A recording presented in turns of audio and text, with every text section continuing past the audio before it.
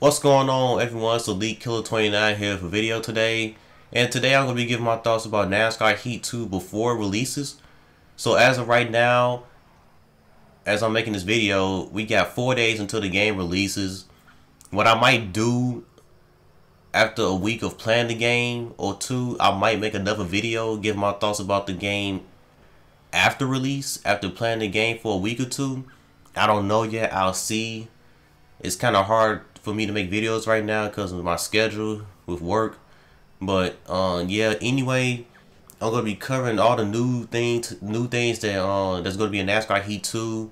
Talk about the physics, the online, the career mode, the sound, the extra series. I'm not gonna spend too much time on a topic. I don't want this video to be too long. So yeah, before I start, two things. I'm using a Blue Yeti microphone, and this microphone picks up a lot of background noise easily. So I apologize if if you can hear background noise. Trust me, I don't want that to be the case, but this microphone is so strong that it just picks up background noise real easily. So I apologize for that. And then two, what you're seeing on screen is Project Cars 1. This is a multi-class race in career mode that I did a while back. So yeah, enjoy that gameplay as I talk about NASCAR Heat 2. So NASCAR Heat 2, man. I'm really proud of 704 Games from for adding all this stuff that I'm about to talk about. They did a lot in 1 year. I'm really shocked about that.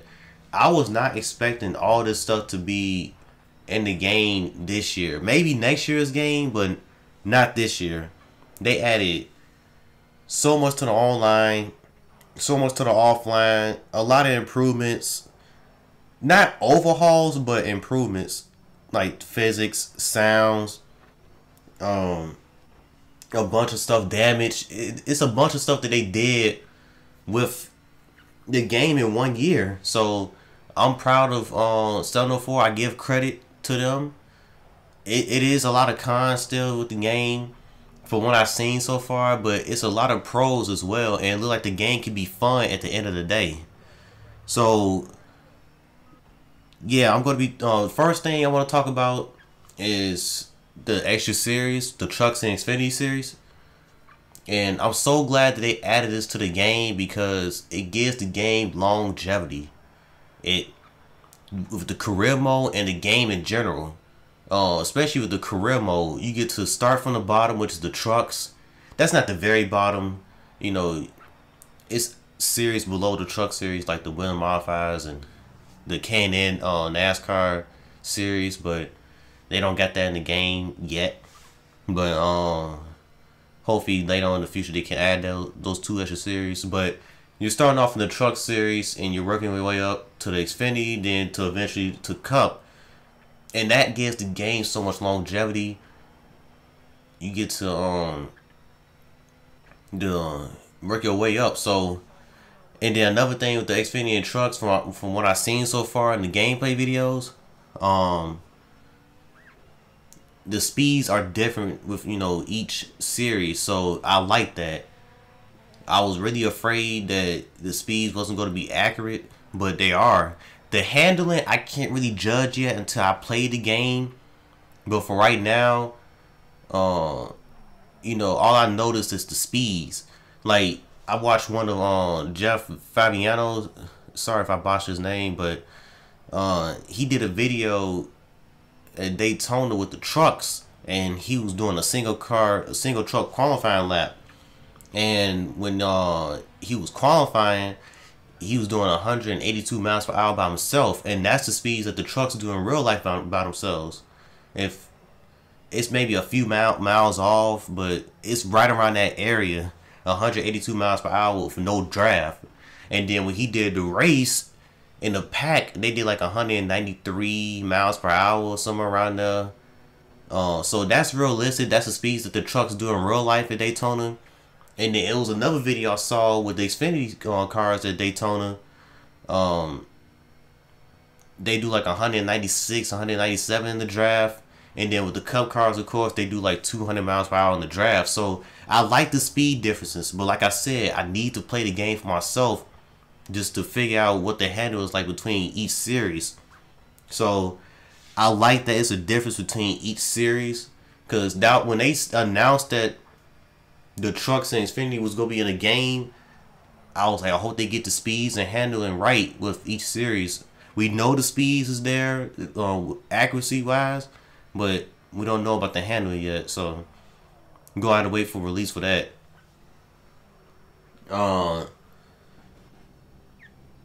The next thing I want to talk about is online.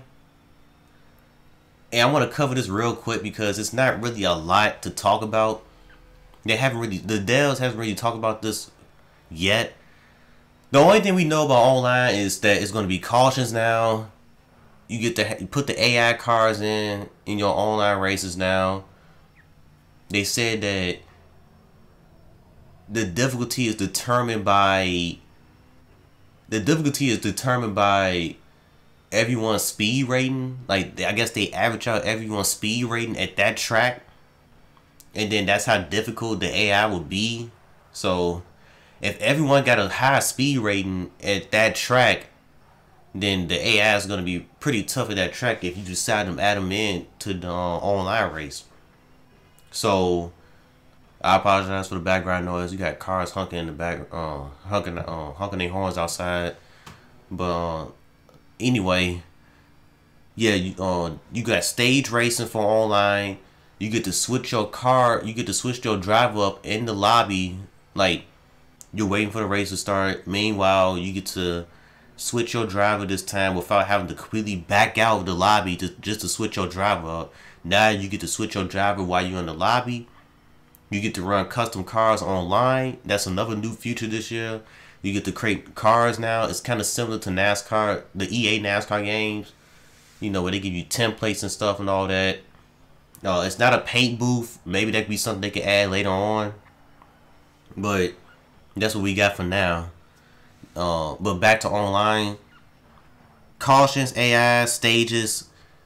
You get to switch your driver up in the lobby. You get to see each other's schemes that you actually choose this time when you choose a different paint scheme for online. So in the last game, when you choose a different scheme, people didn't see that scheme.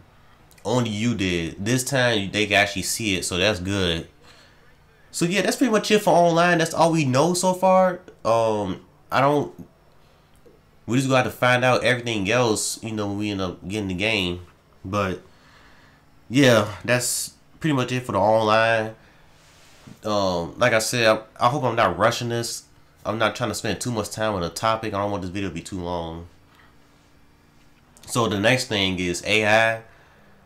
And man, the AI, this is the best AI I've seen in a NASCAR game ever. They make mistakes.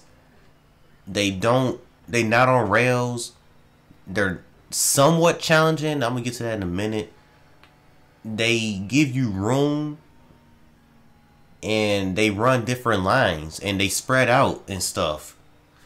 The only flaw I got with the AI, I just mentioned it, is the difficulty. Some tracks, they look difficult, or they look kind of difficult, and then there's some tracks that you can just run away with the race, and hopefully that could be adjusted later on down the road. But right now, it is what it is. They said they're gonna come out for day one patch. Maybe they can make some adjustments with the AI, with the road courses and plate tracks, because that's the two type of tracks that they seem too easy at, is at road courses and plate tracks. So hopefully that could be adjusted later on down the road. So the AI looks incredible. I'm looking forward to racing them. I didn't really race against the AI that much in NASCAR Heat Evolution because I barely played the offline mode. I just wasn't interested in offline mode in NASCAR Heat Evolution. So it's gonna be a new type of deal when it comes to racing them in this game, because I plan on, from what it seemed like, it's like I'm gonna be playing offline a lot more often now, you know, with the new stuff and all that. So glad the AI is looking pretty good. Way better than Utennis AI and EA AI. So thumbs up to 704 with that. The next thing is sound. See, the sound, it's improved. I'll take anything over NASCAR Heat 2002 sounds any day. Like I'll take the sounds that they got now. They said they're supposed to be. They said they got new sounds, but they just haven't revealed them yet. So yeah, they're decent. It's still not there, but it's better though. It's better. Like I said, it's better than the NASCAR Heat 2002 sounds that we had in NASCAR Heat Evolution, which was just lazy on 704's part. I thought they would have had totally different sounds at least, but they copy and paste the sounds from the Heat 2002 game. So yeah, that was kind of laughable when I first heard the sounds of the cars from last year's game. That was kind of weird. So yeah, that's the sounds, the physics, and this is a pretty big deal. Okay, so if you played NASCAR Heat Evolution last year, the cars was so wobbly. The cars was, you couldn't make contact with a car. If you did, you pretty much would spin out. And I'm talking about the slightest contact. You touch somebody's car just slightly, you go spinning. And it was just so hard to race, you know, when it came to, you know, that type of crap. So now, you know, with this game, you can make contact with people. The cars don't feel wobbly. The cars feel much more stable from what people said. The people that played the game so far, they said that the cars feel much more stable, and that's great. Because it was so impossible, not impossible, but it was so irritating to like race, and the car would be going from left to right when you're going down the straightaway.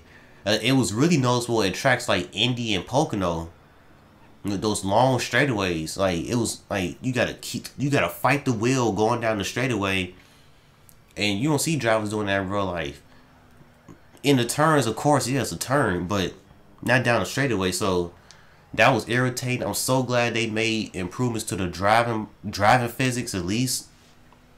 Not overall physics, but it seems better this year. So maybe I can enjoy racing this time, you know, instead of, you know, fighting a wobbly car and just going from left to right. And oh, I made contact with a car slightly, but I still spin. Like, I hope I don't gotta deal with that crap this year. What else I got? Career mode. And I'm gonna cover this for a good minute because it's quite a bit. So like I said before, you get to move up from the trucks to the Xfinity to the Cup Series. You get to sign contracts, something that was in the old NASCAR games, NASCAR 05, 06, 07, so on, until they lost their license basically. Sorry about the background noise again. Got cars driving by. Yeah, you get to sign contracts. Whatever team, it really, like, when you sign for a low budget team, a team that's like underfunded and stuff, you're gonna run like shit, just like in real life. So it shows how many stars a team is. It could be 1, 2, 3, 4. Like, if you drive for a 2-star team, you're gonna be running in the back most likely. Especially if you set it to legend difficulty. So like around 20th some place, 30th, so whatever. So I'm looking forward to that, and you get to build those teams up. You get to build those teams up if you get good finishes, because they got this new thing this year called momentum. And when you get when you don't damage your car or your truck and you get good finishes for the team gets better, and then eventually you can turn that underfunded team into a heavy hitter team. That's only the case with the lower teams. When you drive for somebody like Joe Gibbs Racing in the Cup Series or Xfinity Series, or you drive for Thor. Sorry about that, my mic cut out for a second. I don't know why, but we all good now. But yeah, like I was saying, Thor Motorsports and Joe Gibbs Racing, you can't really build those teams up because they already top tier teams. So you guys get it. So that's how that works. The whole momentum thing, I guess it's good. I can't really say it's good until, you know, I play it, see how it is. I don't know if I prefer it over the upgrading parts and all that, but we'll see how it turns out. Hopefully, you know, I like it and everybody else. But yeah, so another thing they got in career mode is rivals. The rival system is back, and I love that feature from EA, aka the AI personality. So yeah, that they're not gonna be mad at you right away if you end up wrecking them in a race or you run into them or whatever. It's gonna build up, and then eventually they're gonna try to take you out. Eventually, once they're pissed off at you, this is gonna show, I guess, after the race who's your rival and whatnot. So it's gonna show like rival, neutral, who's friends with you. So that's gonna be cool. It gives the AI personality. I like it. They said it's not supposed to be as sensitive as it was in EA NASCAR games, so that's good. Cause I've been on the EA NASCAR games, one little wreck and they're gonna be rivals with you, and they're gonna try to take you out in the next race, and they're gonna try to fuck your race up. So it used to piss me off, but then again, it was realistic, I guess. So I like that. That's pretty much it for career mode. They have no stats still, no trophy room, no presentation, no the career mode still missing a lot of stuff, and hopefully eventually they add all that stuff. Owning a team, all that stuff. I want to see that stuff in the next game. Social media on a video game would be nice, kind of like how Project Cars has it, and these NBA games and Madden, they got social media. They got like a Twitter feed on the side, see what your fans are saying. So I would like to see that in the future. The no stats is a big thing because I want to see how many wins, top fives, top tens, average finish, stage wins, rookie of the year, manufacturer standings. I want to see all that, you know, and they don't got none of it presented in the game. That a lot of people was pissed off about that when we find that out, especially two guys that make videos, the Disco Inferno and What If Racing, and you know, they was just going off about, you know, not having stats, and I agree with every word that they said in that video. Like, they not having stats in a sports game, that doesn't make sense to me.